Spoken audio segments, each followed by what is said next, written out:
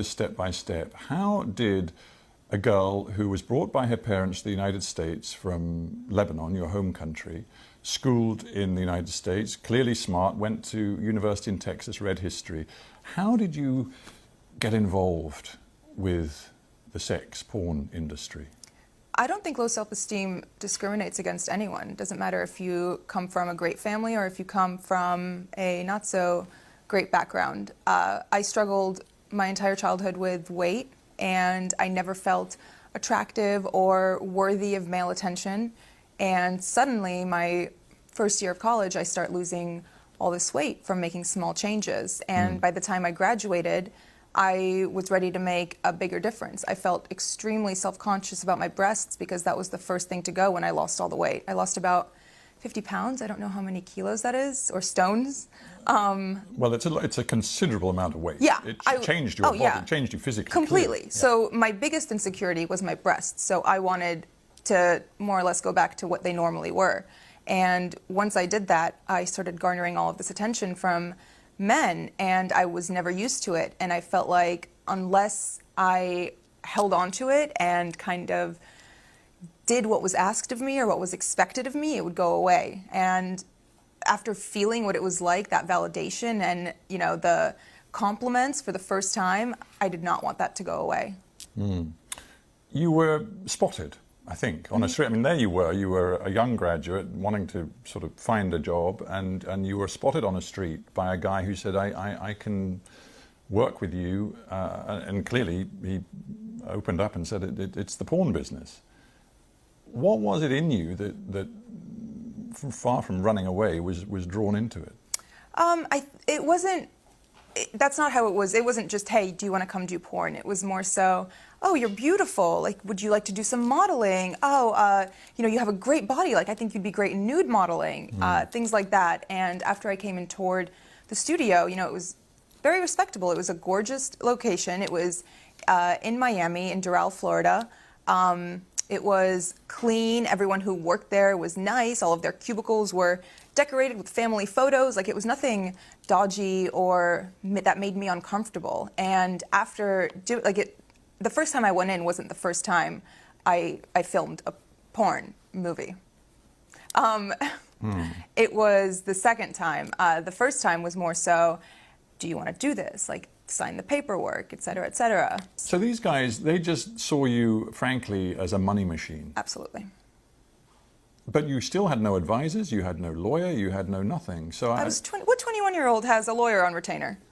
I'm just trying to get my head around how stressful this must have been, and whether even now, because you sit here so poised, and obviously a lot of time has passed and you've moved on, but do you think there is some sort of post-traumatic stress that is in you from this experience? Yes, and I think it kicks in mostly when I go out in public, because the stares I get, I feel like people can see through my clothes, and it brings me deep shame. It makes me feel like I lost all right to my privacy, which I did, because I'm one Google search away. Yeah. And those images you cannot expunge. No. You have no right, even though it is deeply personal to you, you have no right to remove them from anybody's view around the world. Yeah. It is very hard. It is. And I'm just thinking, this isn't, I mean, this story is your story, but frankly, it's also the story of other porn actors and actresses. I honestly started seeing that recently after the interview came out, and people started reaching out, and all of the emails go, my manager checks them, and when he gets stuff like that, he filters them and sends them to me.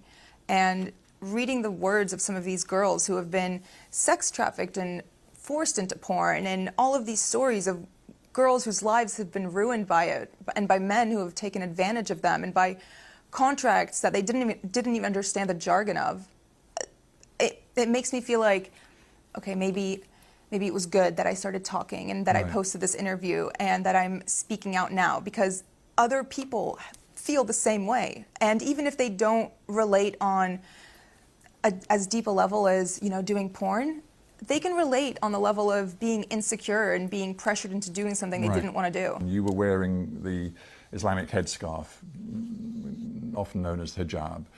And of course, then it developed into a sort of a sex scene. You must have known how provocative that was. I verbatim told them, "You guys are going to get me killed." And they said, They just laughed. why didn't you then say, I'm not doing it? Intimidation. I was scared. But I knew that if I said no, it would, you know, they're not going to force you to do it. At that point, that's rape. No one's going to force you to have sex. But I was still scared. I mean, have you ever felt scared not scared, but nervous to speak up and say something at a restaurant when your food's not right and the waiter comes by and says, "How is everything?" I was intimidated. I was nervous.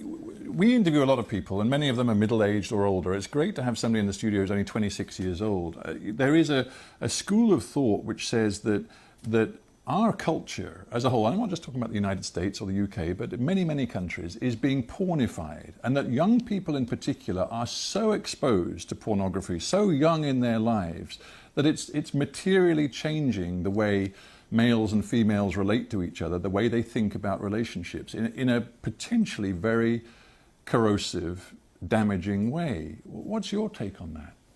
Of course it affects relationships. Porn addiction is very prevalent in America, and I'm sure here too. The things that men see in videos, they expect from the women in their lives, and that's just not reality. No one is going to be that perfect. No one is going to do those acts on a Wednesday night with the person they love.